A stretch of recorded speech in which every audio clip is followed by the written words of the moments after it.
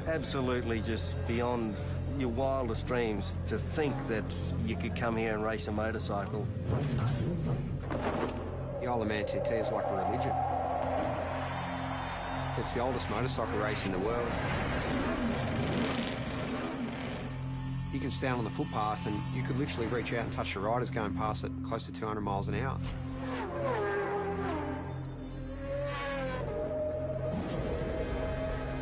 The houses are passing you so quick, sometimes it feels like you're inside a video game.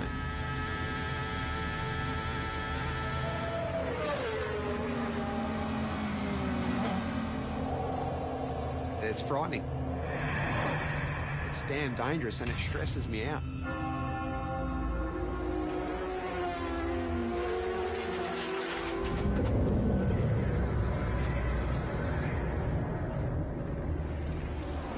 Unless I'm very much mistaken, Mark, this is the greatest motorsport event in the world.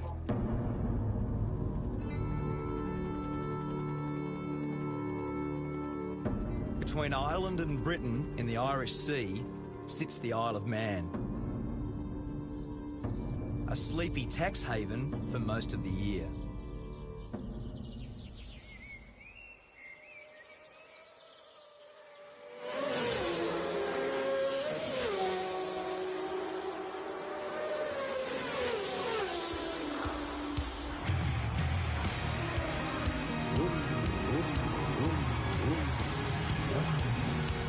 I've come here to witness the most dangerous road race on Earth. It's about 200 kilometres an hour, straight at the front here, absolute lunacy.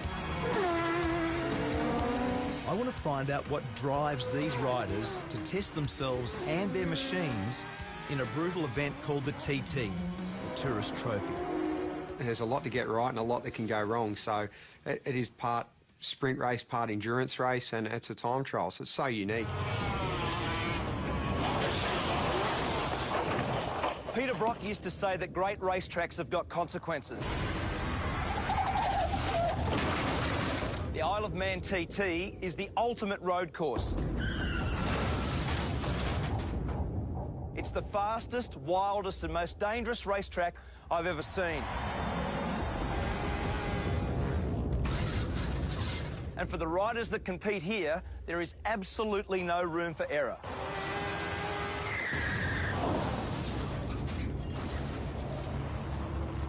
In its 104 years, 234 riders have died. It says on the back of your pass that motor racing is dangerous. This is dead set dangerous, isn't it? It is. It really is. It's frightening. Aussie rider Cameron Donald is one of over 200 starters this year. And when you add the fans, it's like an invasion. With Cameron is his girlfriend Karen, herself a keen motorcyclist. They've been planning for the race all year. So is this normal nervous start tension? Kind of is. Normally this is done the night before. Is it? Or late night last night, obviously. Usually we like to have this done the night before, everything, but by the time we finish, like 11 o'clock, it's just like, let's get out of here and worry about it tomorrow. So what's Karen's job in this world? Keep me calm. We were born without time, nameless in the young. Cameron grew up in Warrandyte in Victoria. It was his dad, Ken, who introduced him to the thrill of the two-wheeler. Lots of bike photos, not many other ones. No, we had consumed a fair bit of time, didn't it? It did. It took up a lot of time. From a young age, Cameron began winning and winning. I remember Mum actually saying to me, you know, you can't, when you're going to buy or build a house, you can't live in a motorbike. I remember saying to her, yeah, Mum, you can't race a house. So I think then she just pretty much gave up. The TT is held over a fortnight. 1 week for practice, 1 week for racing, 7 races in all. And in between, the public can go flat out, no speed limit on the Island Road course. Everyone that races here knows the dangers and they accept them and they do their best to ride accordingly. But I think it's sad in this world that we're all so wrapped in cotton wool these days, and there's so few opportunities to do anything dangerous. For Cameron, a plumber when he's not racing, there's no event bigger than this. Riders set off at 10-second intervals. It's all about the fastest lap of the island, and that's what makes it so pure and so dangerous. You sit on the start line, you're looking down that first hill, and because it's not a mass start, you're sitting there getting waved off one at a time. The pressure on you, everyone's looking at you, and it's a rush I've never had out of any other race.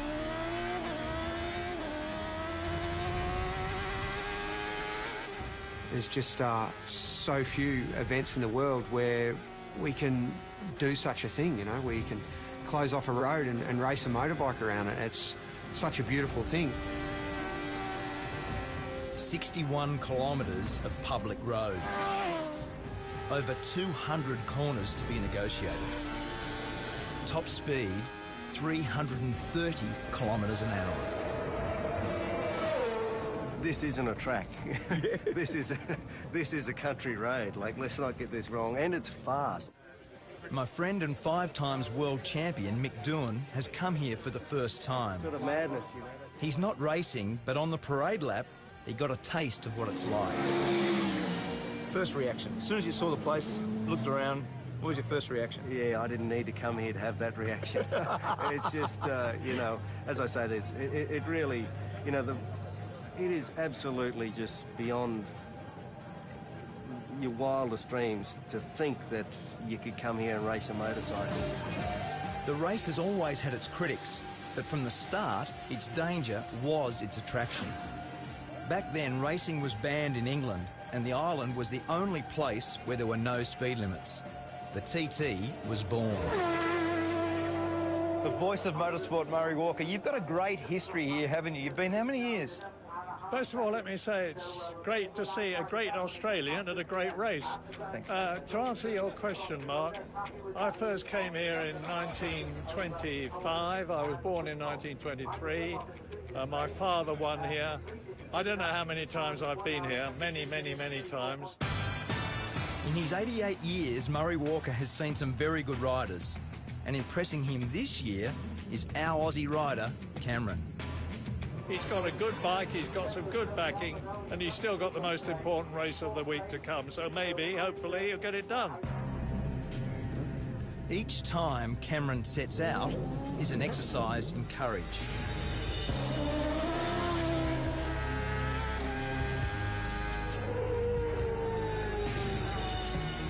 Each lap is an anxious one for Karen, who gets radio updates on his progress. I see the worry in her face before I head out for a race, and sometimes I feel a little bit guilty for putting people close to me through that stress. In the week I was there, 7 people lost their lives. 3 riders and 4 members of the public. ACU Events Limited regret to announce the death of Derek Bryan.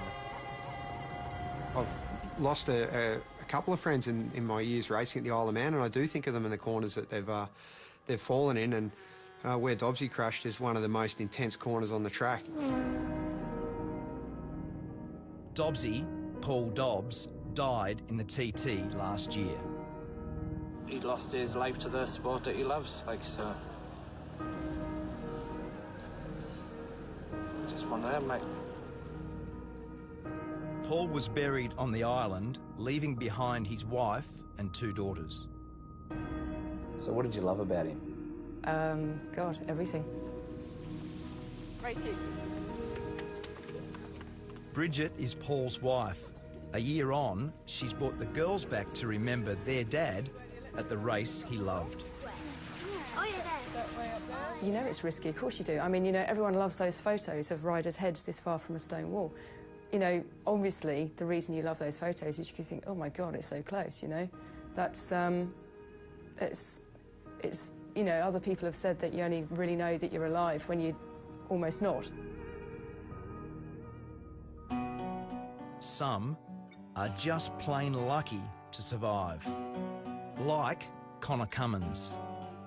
I can actually see you know, where it's all gone wrong. I've disappeared over the side, and the way I look at it, that's where, you know, the injuries started to happen, and it's sort of, it does get to you a little bit. We'll just get on with life. The world ain't gonna stop for me. Has your opinion of the TT changed based on what's happened?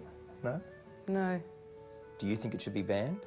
You can't possibly ban it. I mean, I don't know if you could ban it if you tried. It's like a monster, you know. It's bigger than the rest of us. Riders don't come here for the prize money. There's hardly any. The TT is simply about the glory of being the fastest. And for Cameron, it was a glorious week. In his chosen race, the Superbikes, he was just pipped for first. But second still felt pretty good. Congratulations, mate. Well done. Really good, huh? When will you settle down and stop doing this?